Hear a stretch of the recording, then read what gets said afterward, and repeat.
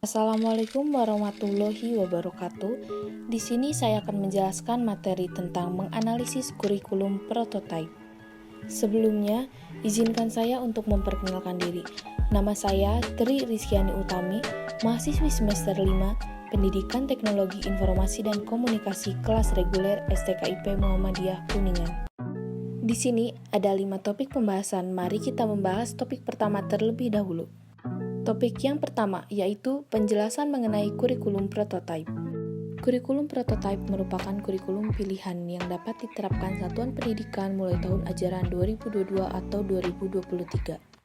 Kurikulum prototype melanjutkan arah pengembangan kurikulum sebelumnya yaitu Kurtilas. Jika melihat dari kebijakan yang akan diambil para pemangku kebijakan, nantinya sebelum kurikulum nasional dievaluasi tahun 2024, satuan pendidikan diberikan beberapa pilihan kurikulum untuk diterapkan di sekolah.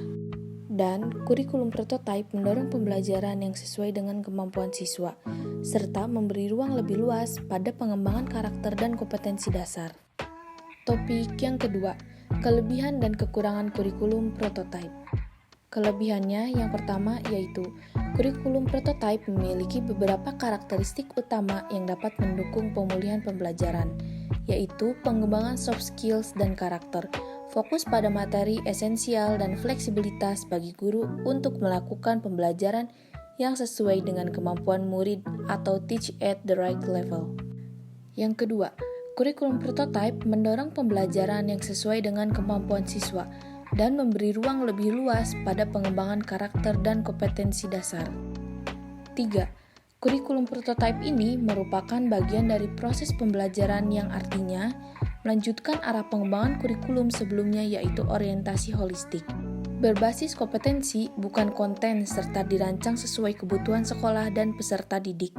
Dan yang keempat, kurikulum prototype telah diimplementasikan di sekolah penggerak dan Sekolah Menengah Kejuruan Pusat Keunggulan atau SMK PK sejak tahun 2020. Sekarang kita akan membahas kekurangannya. Yang pertama, sebagian guru masih memerlukan peningkatan kapasitas untuk memahami CP di dalam kurikulum prototype. 2. Masih ada siswa yang belum paham tentang penggabungan IPA dan IPS. 3. Siswa masih tabu dengan pelajaran informatika, karena yang tadinya pelajaran pilihan menjadi mata pelajaran wajib. Masih banyak sekolah-sekolah yang tidak memiliki komputer untuk mata pelajaran informatika. Topik yang ketiga, perbedaan kurikulum 2013 dan kurikulum prototype. 1. Pengaturan jam belajar.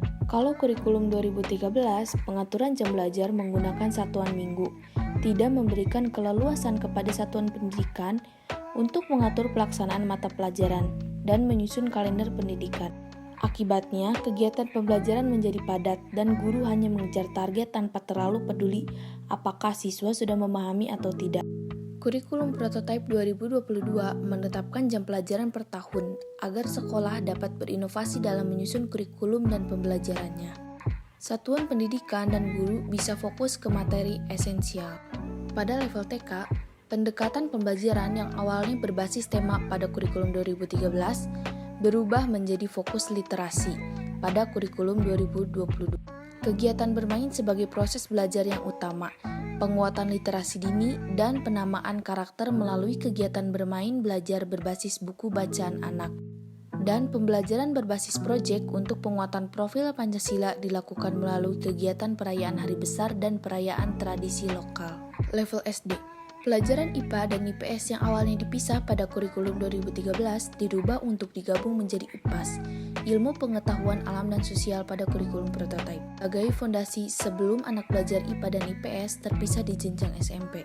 Dan bahasa Inggris sebagai mata pelajaran pilihan, dan pembelajarannya berbasis proyek untuk penguatan profil pelajar Pancasila dilakukan minimal 2 kali dalam 1 tahun ajaran.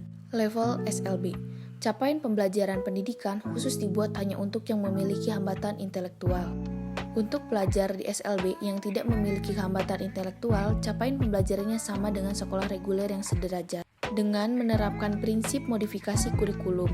Dan sama dengan pelajar di sekolah reguler, pelajar di SLB juga menerapkan pembelajaran berbasis proyek untuk menguatkan pelajar Pancasila dengan mengusung tema yang sama dengan sekolah reguler. dengan kedalaman materi dan aktivitas sesuai dengan karakteristik dan kebutuhan pelajar di SLB. Level SMP. Pembelajaran informatika pada Kurtilas menjadi mata pelajaran pilihan. Sementara di kurikulum 2022, mata pelajaran informatika sebagai mata pelajaran yang wajib. Panduan untuk guru informatika disiapkan untuk membantu guru-guru pemula, sehingga guru mata pelajaran tidak harus berlatar belakang pendidikan informatika. Dan pembelajaran berbasis proyek untuk penguatan profil pelajar Pancasila dilakukan minimal 3 kali dalam 1 tahun ajaran. Level SMA. Di kurikulum 2013, siswa SMA masuk langsung memilih penjurusan. Sementara di kurikulum 2022, siswa mengambil dan menentukan peminatan pada kelas 11 karena perlu berkonsultasi dengan guru BK, wali kelas, dan orang tua.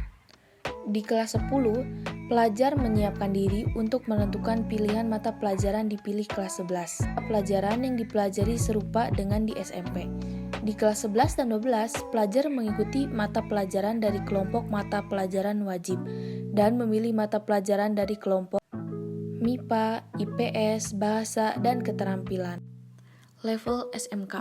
Dunia kerja dapat terlibat dalam pengembangan pembelajaran. Struktur lebih sederhana dengan 2 kelompok mata pelajaran, yaitu umum dan kejuruan.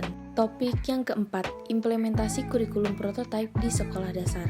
Penguatan kompetensi yang mendasar dan pemahaman holistik. 1.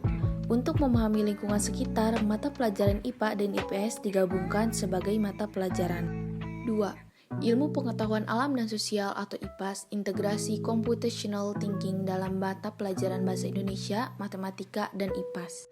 3. Bahasa Inggris sebagai mata pelajaran pilihan pembelajaran berbasis proyek untuk penguatan profil pelajar Pancasila dilakukan. Topik yang kelima, bentuk evaluasi atau penilaian yang sesuai dalam kurikulum prototipe untuk jenjang sekolah dasar. Guru dimudahkan dengan CP kurikulum prototipe ini karena dapat mengeksplorasi dan lebih kreatif dalam meramu pembelajaran dari fase ke kompetensi per tahun. Namun, guru yang terbiasa dengan penjabaran KD di kurikulum 2013 perlu penyesuaian untuk mengembangkan CP per tahun.